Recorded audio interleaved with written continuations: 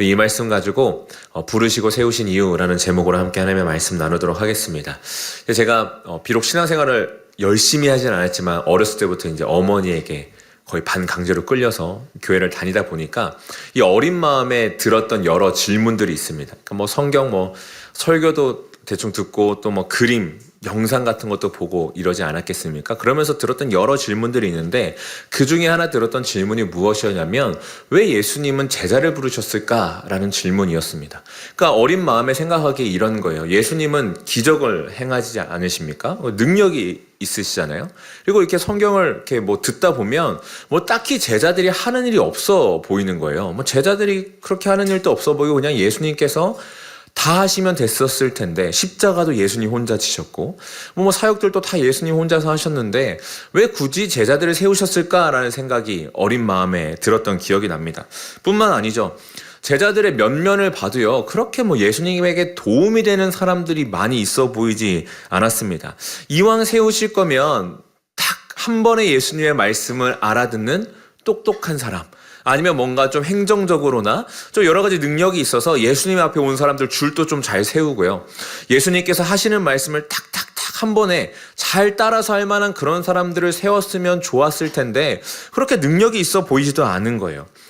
사복음서 전체 내용을 찬찬히 보면요. 예수님의 말씀을 잘 알아듣지 못할 뿐 아니라 비유로 설명한 것을 따로 모아서 풀어서 말씀해 주셔도 잘 알아듣지 못합니다. 오히려요, 예수님께서 왕이 되시면 서로 높은 자리에 앉겠다고 다투거나요, 아니면 십자가에 달리실 것을 말씀하시는 예수님의 말씀에 아니 도대체 어떻게 그런 말씀을 하십니까? 라고 오히려 반박하는, 그래서 꾸짖음까지 듣게 되는 모습을 보게 되는 것이죠. 예수님을 부인하기도 하고요, 배신하기도 하고요, 예수님 죽으심 이후에 부활하실 것이라는 것을 새까맣게 잊어버리기도 했습니다. 다시 자신들의 생업으로 돌아가 마치 예수님께서 다시는 오시지 않을 것처럼 그렇게 살아가기도 했죠. 이런 것들을 생각하면 왜 예수님께서 굳이 제자들을 부르셨을까? 이런 사람들을 부르실 이유가 있었을까라는 생각이 들었던 것입니다. 성도님들은 어떠신가요? 예수님께서 왜 제자들을 부르셨을까요? 도대체 부르셔서 무엇을 보여주시고자 하셨던 것일까요? 그리고 더 나아가서는 그렇게 제자들을 부르신 이 장면, 그 이유가 지금 우리의 삶에 어떤 영향이, 어떤 의미가 있는 것일까요? 오늘 이 말씀을 통해서 예수님께서 제자를 부르신 이유와 그것이 우리 삶에 어떤 영향을 미치는지에 대해서 좀 의미들을 같이 생각해 보고자 합니다. 좀 세 가지로 생각해 보고자 하는데요. 첫째로는요, 은혜 아래 있음을 알려주시기 위해서 제자들을 부르시고 세우셨음을 우리는 보게 됩니다. 오늘 말씀 13절과 14절의 상반절입니다. 또 산에 오르사 자기가 원하는 자들을 부르시니 나아온지라 이에 12를 세우셨으니. 오늘 이제 마가복음 3장 13절부터의 말씀을 봤는데요. 이 바로 직전의 말씀을 보면 어떤 장면이 나오냐면 예수님께서 일으키신 기적들의 이야기를 듣고 많은 사람들이 예수님께 몰려오는 장면이 등장합니다. 자신들도 예수님께서 일으키신 그 기적의 주인공이 되고 싶은 마음에 많은 사람들이 달려와 예수님을 만져서 병이 낫고자 하는 그런 장면이 펼쳐지죠. 그리고 예수님께서는 그들에게서 살짝 떨어지셔서 산으로 혼자 한적한 산으로 올라가십니다. 그리고 그곳에서 무엇을 하시냐면요, 오늘 13절 말씀이요, 자기가 원하는 자들을 부르셨습니다. 우린 여기서 보게 되죠. 예수님께서 제자들을 부르실 때 그 부르심은 어떠한 다른 조건이 아니라 예수님께서 원하셔서 철저하게 예수님의 선택에 의해 부르셨음을 우리는 확인하게 됩니다. 그런데 그 제자의 숫자가 몇 명입니까? 12명이죠. 이것은요, 아주 분명한 신학적 이유가 있습니다. 구약에서 하나님께서는 아브라함을 택하셔서 부르시죠. 그리고 그를 통해서 큰 민족을 이루게 하시는데 그 민족이 어떤 민족입니까? 이스라엘입니다. 그렇게 하나님의 선택과 약속 안에서 세워진 이스라엘은 어떤 역할을 부여받았죠? 이 땅에서 하나님께서 어떤 분이신지를 드러내 보여주는 통로요, 그를 통해 이 땅에 하나님의 영광을 나타내는 그 역할을 부여받은 택함받은 백성이었습니다. 그런데 이스라엘이 점차 어떻게 됐습니까? 하나님의 말씀과 뜻으로부터 멀어졌죠. 자신들에게 부여진 하나님께서 맡기신 그 사명들을 감당해내지 못하게 됐습니다.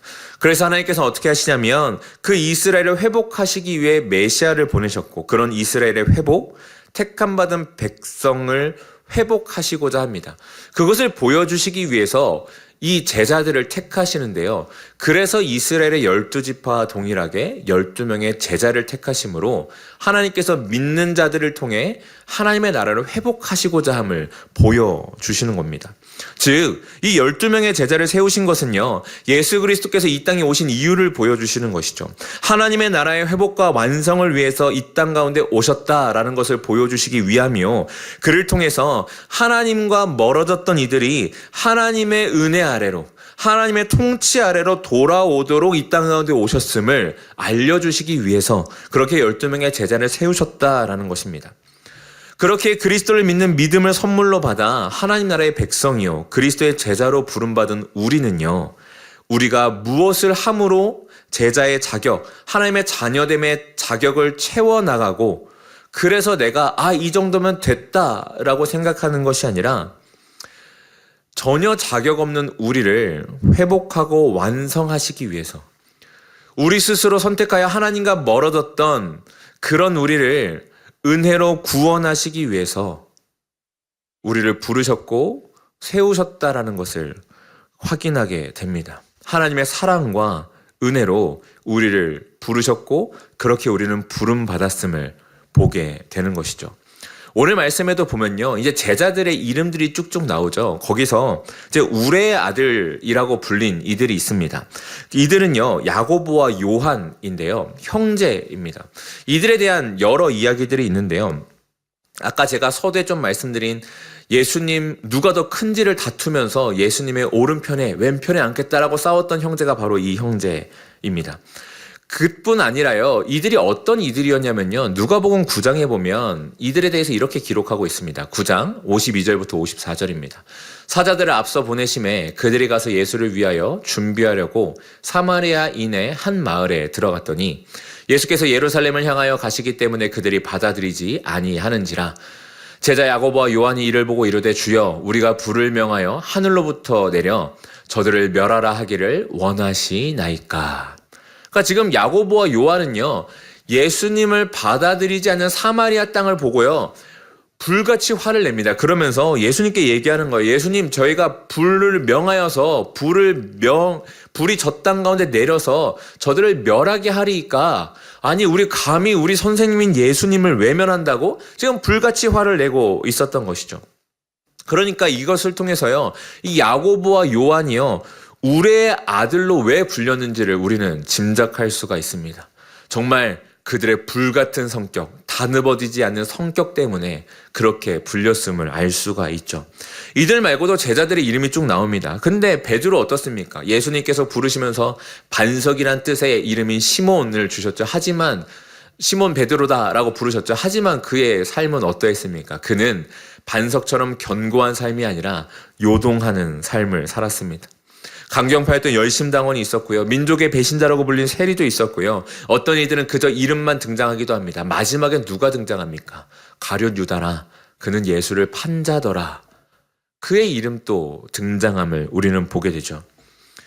우린 이걸 통해서 그렇게 능력이 뛰어나고 다듬어진 것과는 거리가 먼 사람들이 예수님의 제자로 부름받았음을 보게 됩니다. 오로지 하나님의 은혜로 예수 그리스도께서 그들을 택하여 부르심으로 하나님의 통치 아래로 하나님의 은혜 가운데 거하게 됐음을 확인하게 되는 것이죠. 조건 없이 우리를 택하시고 구원하신 그 은혜를 우리 역시 그렇게 기억해야 됩니다. 그래서 우리는 우리의 무언가로 자랑하거나 우리의 무언가로 은혜를 쟁취하는 것이 아니라 우리의 어떠함으로 우리의 자녀됨의 조건, 우리의 제자됨을 증명하는 것이 아니라 그저 우리가 받은 은혜임을 기억하며 겸손과 감사로 살아가야 하는 것이죠. 우리가 오늘 말씀을 통해서 깨달을 수 있는 첫 번째가 바로 이것입니다. 둘째로 예수님께서 제자를 부르신 이유는 함께 하시기 위해서 부르시고 그들을 세우셨습니다. 오늘 말씀 14절 하반절인데요. 이는 자기와 함께 있게 하시고 또 보내사 전도도 하며. 오늘 말씀을 보면요, 제가 이제 14절 하반절만 잘라서 이렇게 봤기 때문에 두 가지 이유만 나오는데요. 예수님께서 제자들을 택하여 부르신 세 가지 이유가 나옵니다. 함께 있게 하시고 보내사 전도도 하며 귀신을 내쫓는 권능도 가지게 하려 합니다. 라고 이렇게 기록을 하고 있죠. 그런데 이 세 가지 이유 중에서 가장 먼저 나오는 것이 무엇이냐면 함께 있게 하시고입니다. 이것을 통해서 우리가 바라보게 되는 것은요, 예수님께서 제자로 그들을 부르신 것이 은혜, 우리의 능력, 그들의 능력이 아니라 은혜이기에 그렇게 제자된 자들은 무엇을 하고 무엇을 받기 전에 사역을 먼저 하고 결과를 먼저 원하고 능력을 구하기 전에 예수님과의 관계가 내가 은혜로 부름받았고 그렇기에 내가 예수님 앞에 어떠한 존재인지를 아는 것이 그리고 나를 부르신 예수 그리스도가 어떤 분이신지를 아는 것이 가장 중요하다는 사실을 알게 됩니다. 그래서 예수님께서는 그들을 부르신 가장 먼저의 목적으로 함께 있게 하시려 한다라고 말씀을 하시죠. 예수님께서는 제자들을 부르셔서 그들과 함께 하십니다. 함께 먹고 마시고 주무시죠. 그들과 모든 것들을 함께 나누십니다. 그리고 그들에게 자신의 마음을 드러내 보이시고 삶을 보여주시며 본을 보여주셨습니다. 가르치셨고요. 하나님 나라의 비밀을 알려주셨습니다. 무엇보다 하나님을 사랑함으로 순종하고 모든 것을 다해 이웃을 사랑하는 모습을 보여주셨습니다. 그것을 통해서 예수 그리스도의 제자의 삶이 어떠해야 되는지를 알려주신 것이죠. 뿐만 아니라 예수 그리스도께서는 고난당하시고 십자가에서 피 흘리심으로 우리를 죄에서 구원하셨습니다. 부활하셔서 사망의 권세를 이기셨으며 성령을 주시고 하나님의 우편에 앉아 계셔서 중보자가 되어주십니다. 그렇게 우리와 계속해서 함께 하시는 것이죠. 그것을 통해서 우리에게 무엇을 하십니까? 우리가 하나님을 바로 보고 알 수 있도록 도우십니다. 그래서 이 세상 가운데 하나님의 자녀요, 백성으로 살아갈 수 있도록 도와가시는 것이죠. 그래서 요한복음에 보면 예수님께서도 이렇게 가르치십니다. 요한복음 15장 4절과 5절이요. 내 안에 거하라 나도 너희 안에 거하리라. 가지가 포도나무에 붙어 있지 아니하면 스스로 열매를 맺을 수 없음같이 너희도 내 안에 있지 아니하면 그러하리라. 나는 포도나무요 너희는 가지라. 그가 내 안에 내가 그 안에 거하면 사람이 열매를 많이 맺나니 나를 떠나서는 너희가 아무것도 할 수 없음이라. 이처럼 하나님께서는요, 말씀이신 예수 그리스도와 성령을 우리에게 주심으로 자신 스스로를 우리에게 알리시기를 원하십니다. 그를 통해서 하나님의 시선과 마음으로 우리 스스로의 삶과 세상을 바라보기를 원하시고 그 시선과 마음으로 하나님의 사역에 동참하기를 원하시죠. 그를 위해서 언제나 우리와 늘 함께 하시고 우리의 모든 삶 가운데 동행하십니다. 생명의 길로 우리를 초청하시는 것뿐 아니라 생명인 주님을 이 세상에 드러내어 전하는 일에 함께 하시고자 하시고 그에 맞게 우리를 그리스도의 빛을 세상에 비추는 존재로 그렇게 늘 함께 하심으로 부르실 뿐 아니라 만들어 가시는 것입니다. 이것은 오늘 말씀에 등장하는 우리의 아들이라는 이름을 가진 야고보와 요한을 봐도 알 수가 있습니다. 아까 말씀드렸죠. 그들이 어떤 성격을 가졌다고요? 불과 같은 성격을 가졌습니다. 그들은요, 제자로 부름받았지만 여전히 부족함이 많았죠. 예수님께서 계속해서 하나님 나라가 어떤 나라인지 낮아지고 섬겨야 되는 나라임을 알려주셨음에도 불구하고 그들은 높은 자리에 앉기를 원했습니다. 하지만 예수님께서는 그들을 포기하지 않으셨죠. 그들과 포기하지 않으시고 끝까지 함께 하십니다. 그래서 하나님과 하나님 나라에 가르치시죠. 본인의 삶으로 하나님을 드러내 보이십니다. 그렇게 그들을 빚어가심으로 또한 하나님의 일을 그들을 통해서 이루어 가십니다. 그 증거가 무엇이냐고요? 이들의 이 다음의 삶입니다. 예수 그리스도께서 부활 승천하신 이후에 성령 받은 그들의 삶이 어떻게 하나님의 은혜 안에서 점차 변해갔는지 성경이 기록하고 있기 때문이죠. 야고보는 어땠습니까? 사도들 중에서 가장 첫 번째 순교자로 헤롯의 손에 죽었습니다. 믿음을 지키다가 하나님 앞에 그 믿음으로 나아가다가 헤롯의 손에 순교하게 된 것이죠. 사마리아인들을 불러 멸해야 한다고 말했던 요한은 어떻게 됩니까? 사랑의 사도로 불리게 됩니다. 그 무엇보다 예수 그리스도의 사랑을 깊게 경험하여 그 사랑을 전하는 사도가 된 것이죠. 하나님께서 부족했던 그들을 은혜로 부르셔서 그들과 함께 하심으로 그들을 만들어 가시고 그들의 삶을 완성해 가신 것입니다. 그리고 그런 하나님께서는 우리에게도 동일하게 일하십니다. 그러니 우리는 무엇을 해야 될까요?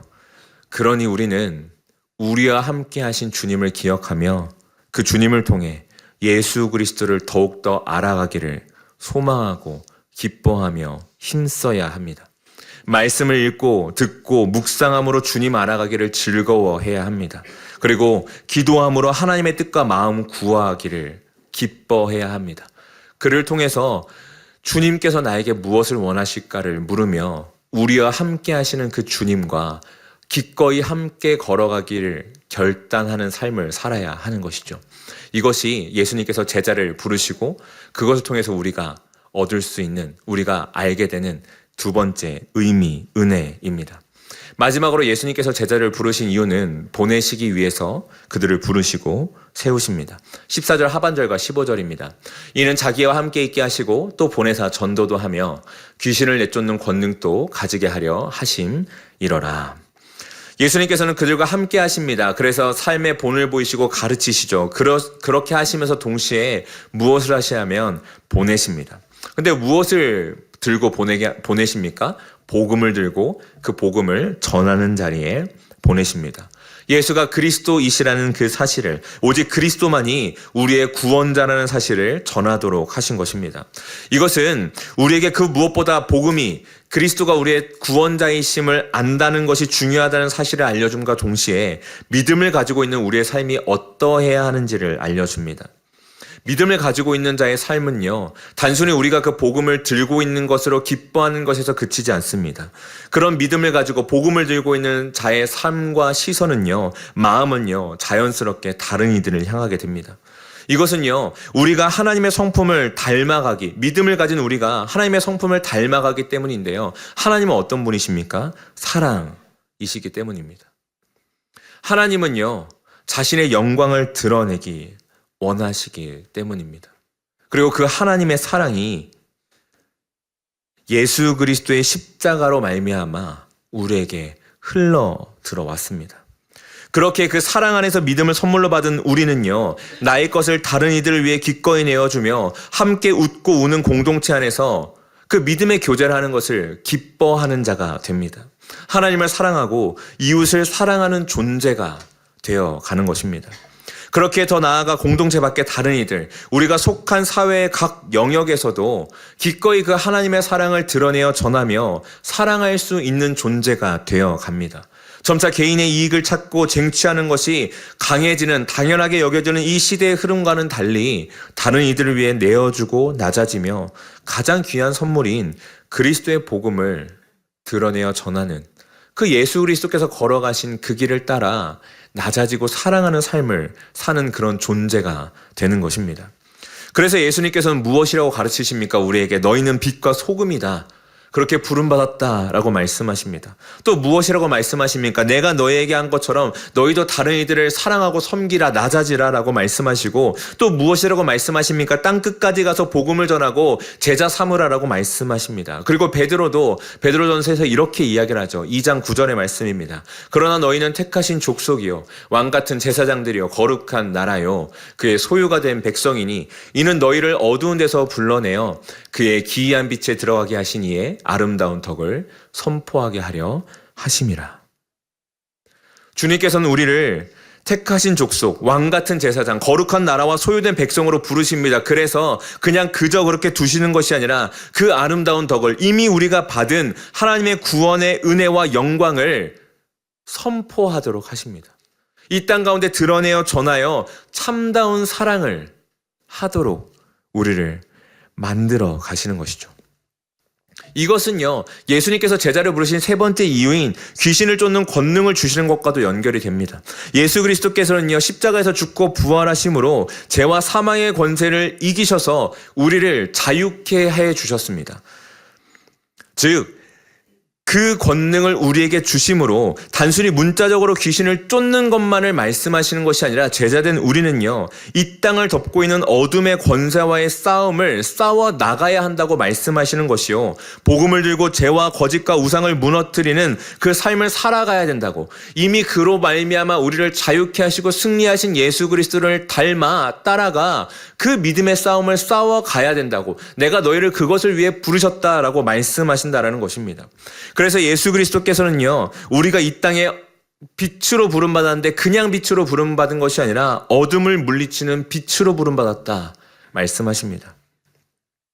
그런데요, 성도님들, 그런 삶을 사는 것이 참으로 어렵죠. 저 역시도 마찬가지입니다. 왜냐하면 우리의 본성이 죄로 인해 타락했기 때문입니다. 그래서요, 눈에 보이는 것을 쫓아 세상 따라가기를 더 좋아합니다. 순간의 만족을 채우고 손에 잡히는 행복을 얻기를 원하죠.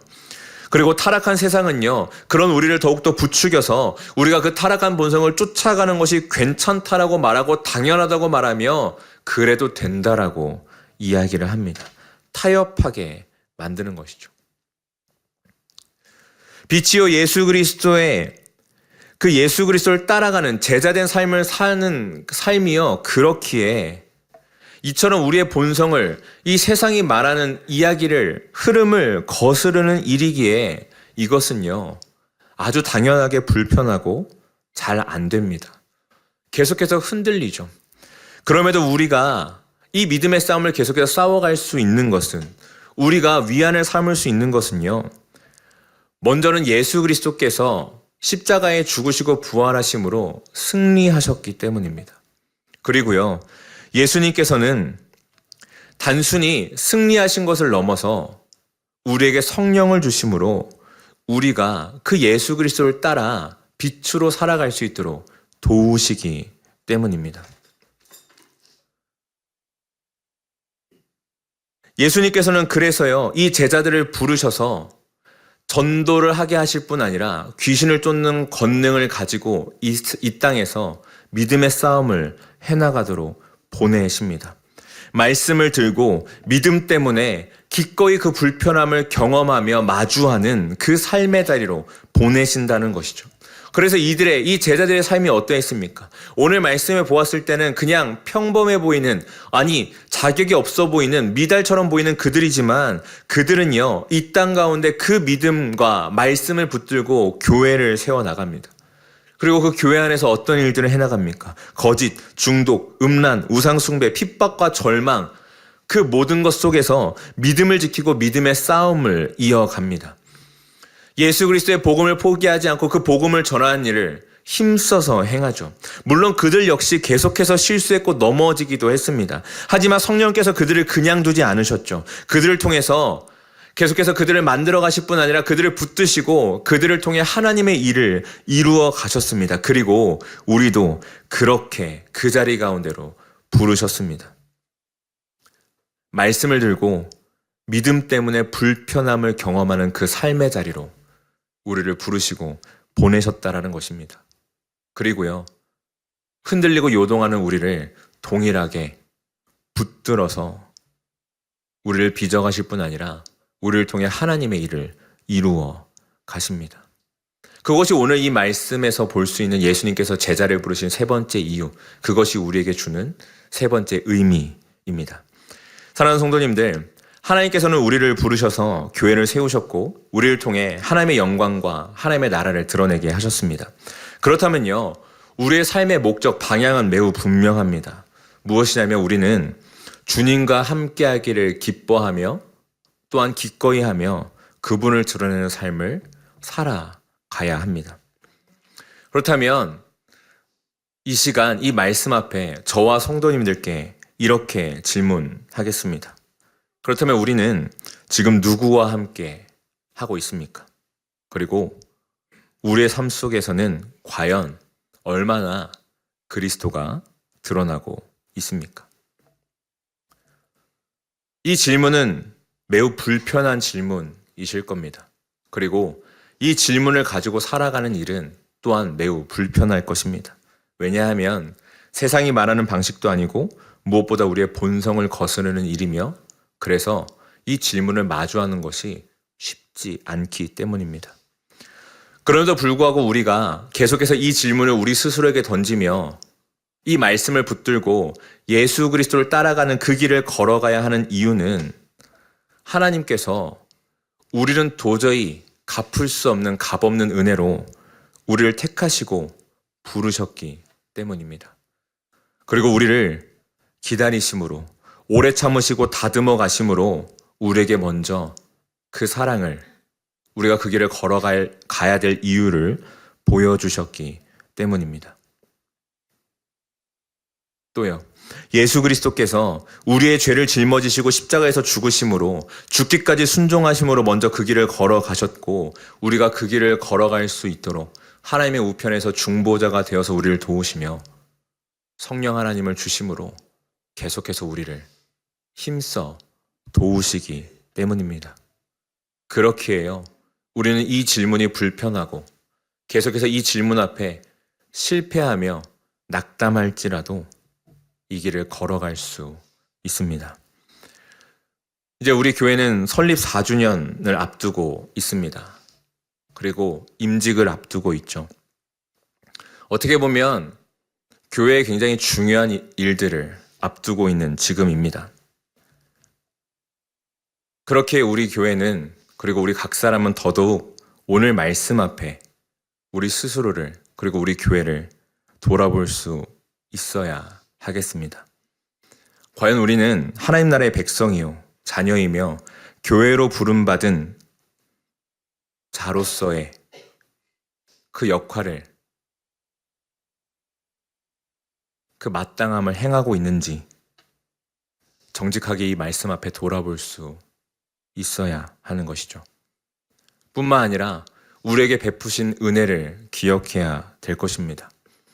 이곳에 세워진 교회 4년의 시간, 더 나아가서 우리 안에 믿음을 심어주신 것, 우리의 모든 믿음의 여정, 그 모든 것은 주님께서 베푸신 은혜입니다.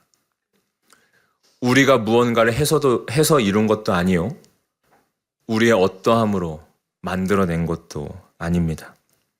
그 사실을 기억하시며 예수 그리스도께서 걸어가시고 부르신 그 길을 온전히 따라가기를 마음 다해 결단하시며 기도하며 애쓰시는 사랑하는 성도님들과 제가 되기를, 그리고 우리 교회가 되기를, 그 일에 우리의 소망과 기쁨을 두는 우리 모두가 되기를 주님의 이름으로 이 시간 축원합니다.